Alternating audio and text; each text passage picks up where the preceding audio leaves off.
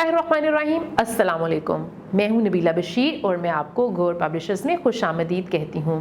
Our slogan is redefining the geography of education through digital resources for conceptual learning.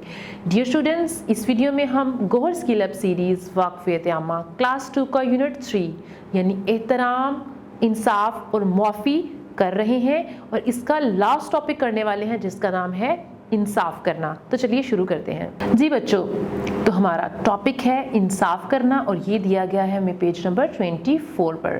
तो topic start करने से पहले हम बात कर लेते हैं इसके हासिलाते तअल्लुम की, यानी इस वीडियो के इख्तिताम पर आप इस काबिल हो जाएंगे कि अपनी रोज़मर्रा ज़िंदगी में मुनसिफाना और गैर मुनसिफाना वाक़यात, अमल, रवैयों में फ़र्क कर सकें और इनकी मिसालें दे सकें।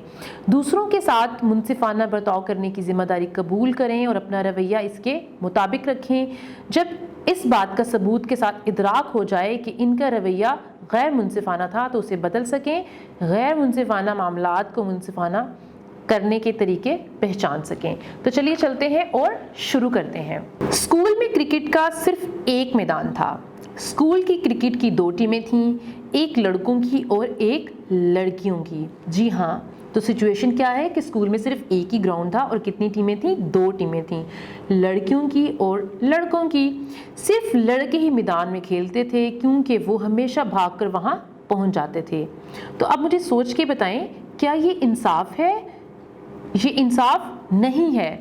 फिर प्रिंसिपल ने लड़कों और लड़कियों के मुतबादिल दिन मुकर्रर कर दिए।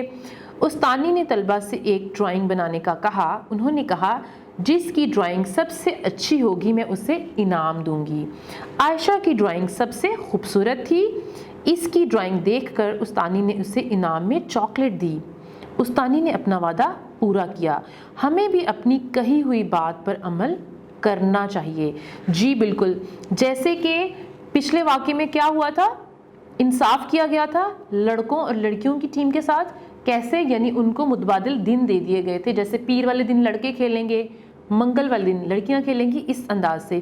फिर उसके बाद टीचर ने बच्चों से वादा किया कि अगर आपकी ड्राइंग सबसे अच्छी होगी तो मेरी तरफ से आपको एक तोहफ़ा मिलेगा। तो उन्होंने वो तोहफ़ा आखिर में दिया भी था। तो ये भी क्या हुआ, यानी अपनी बात पर कायम रहना भी एक इंसाफ का तरीका है। इसके बाद आगे देखते हैं। मैं निदा हूँ, मेरी हम जमात सहेली आमना का पैमाना यानी रूलर गुम हो गया। इसने काम करने के लिए मुझसे पैमाना ले लिया। इस्तेमाल के बाद इससे मेरा पैमाना टूट गया। फिर उस्तानी ने उसे समझाया कि जब हम किसी से कोई चीज़ लें तो इसका ख्याल रखें और उसे सही सलामत वापस करें। आमना उस्तानी साहबा की बातें सुनकर मेरे पास आई और मुझसे माजरत की। देखें, आमना को एहसास हो गया था, इसलिए आमना ने माजरत की थी। क्या ये अच्छा रवैया है?